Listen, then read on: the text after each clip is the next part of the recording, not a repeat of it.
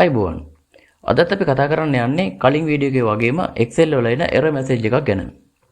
ඔයා තවමත් කලින් වීඩියෝ එක බැලුවේ නැත්නම් description එකේ දාලා තියෙන link එකකින් ගිහින් බලන්නකෝ. හරි.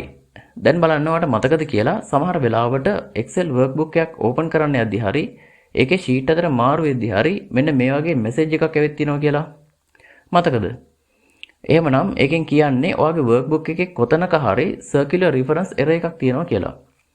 දැන් මේ වගේ error එකක් තියෙනවා කියන්නේ ඔයාගේ ගණනය කිරීම වරදින්න පුළුවන් කියන එක වගේම නිමක් නොවන ගණනය කිරීම නිසා ඔයා බලාපොරොත්තු නොවන උත්තරයක් ඔයාගේ ගණනය කිරීම වලින් එන්න පුළුවන් කියන එක. ඒක නම් හොඳ දෙයක් නෙවෙයි නේද? එහෙනම් අපි ඒක විසඳගමු. රැඳෙන වීඩියෝ එකත් එක්ක අද අපි කතා කරන්න යන්නේ circular reference හොයලා නිවැරදි කරන්නේ කොහොමද කියන එක ගැන.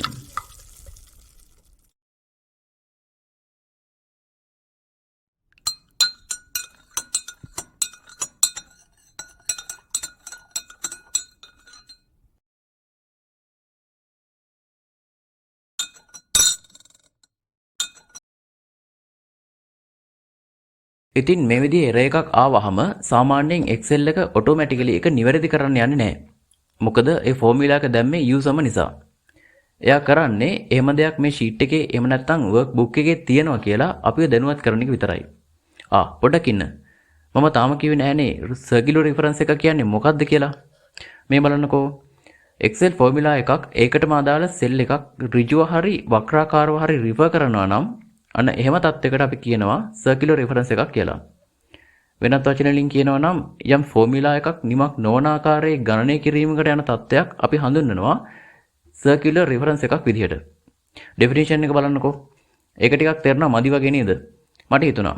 එහෙනම් අපි යමු පොඩි උදාහරණයකට. හරි. මෙන්න මේක බලන්න. අපි A1 cell එකේ type කරනවා ෆෝමියුලා එකක් equal B1 + 10 කියලා. ඊළඟට අපි B1 cell එකේ type කරනවා equal A1 multiplied by 2 කියලා. මෙන්න මේකෙදී circular reference එකක් ඇති වෙනවා. මොකද A1 cell එක B1 refer කරනවා වගේම B1 cell එක අනිත් පැත්තට A1 cell එක refer කරන නිසා. එතකොට Excel එක මේක detect කරලා අපිට කියනවා මෙන්න මෙහෙම එකක් තියෙනවා කියලා. හරි. දැන් මේක විසඳන්න පුළුවන් එකම ක්‍රමය තමයි මේ ෆෝමියුලා එක හරි විදියට වෙනස් කරලා හදන එක. දැන් තමයි ප්‍රශ්නේ.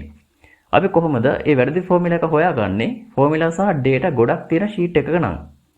කලබල වෙන්න දෙයක් නැහැ. අන්න ඒකට Excel වල ක්‍රම හතරක් තියෙනවා.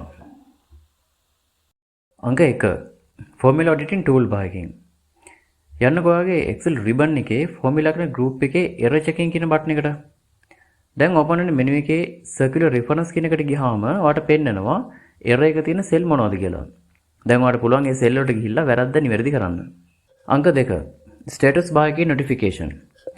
Excel වල යටම තියෙන status bar එකේ වම් පැත්තේ කෙළවරට වෙන්න notification එකක් පෙන්නනවා ඒ sheet එකේ circular reference ප්‍රශ්නයක් තියෙනවා නම්. එතනත් අදාළ cell එක පෙන්නන හින්දා ඔයාට පුළුවන් ඒ cell එකට ගිහිල්ලා වැරද්ද නිවැරදි කරන්න.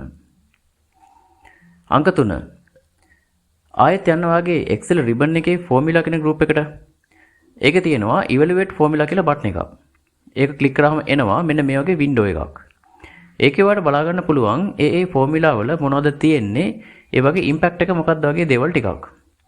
එතනත් ඔයාට යටින් මැසේජ් එකක් දෙනවා circular reference එකක් තියෙනවා නම්. හැබැයි මේකෙදී ඔයාට සිද්ධ වෙනවා එකින් එක ෆෝමියුලා වලට ගිහිල්ලා ඉවැලුවේට් කරන්න. අංක 4 අපි කලින් ගිය ෆෝමියුලා group එකේම තියෙනවා trace precedent සහ trace dependent කියලා බටන් දෙකක්. මේ දැක්කද? මේකනොත් ඔයාට පුළුවන් වැඩේ කරගන්න. හැබැයි අර කලින් ක්‍රමයේ වගේම එකින් එක සෙල් එකට යන්න වෙනවා. ඔයාට හිතෙන්නේ මේ අතරින් හොඳම ක්‍රමය මොකක් කියලාද? මම නම් කියන්නේ 1 සහ 2 කියන ක්‍රම වලට යන්න කියලා. මොකද 3ට සහ 4ට ටිකක් කාලය ගත වෙනවා වැඩි. හැබැයි 1 සහ 2දී පෙන්වන්නේ අවසානට වැටිච්ච circular reference එකට අදාළ සෙල් එක. ඒක නිවැරදි කරාම තව තියෙනවා නම් ඊළඟ එක පේනවා. ඔයාට තියෙන්නේ එකින් එක හදාගෙන යන්න. අද වීඩියෝ කරන ටිකක් දිගයි. මොනවා කරන්නද? සේරම ටික කියන්නත් ඕනේ. එහෙනම් අද අපි ගිහින් එන්නම්. ඊළඟ වීඩියෝ එක ආපු ගමන් බලන්න notification on කරලා තියාගන්න.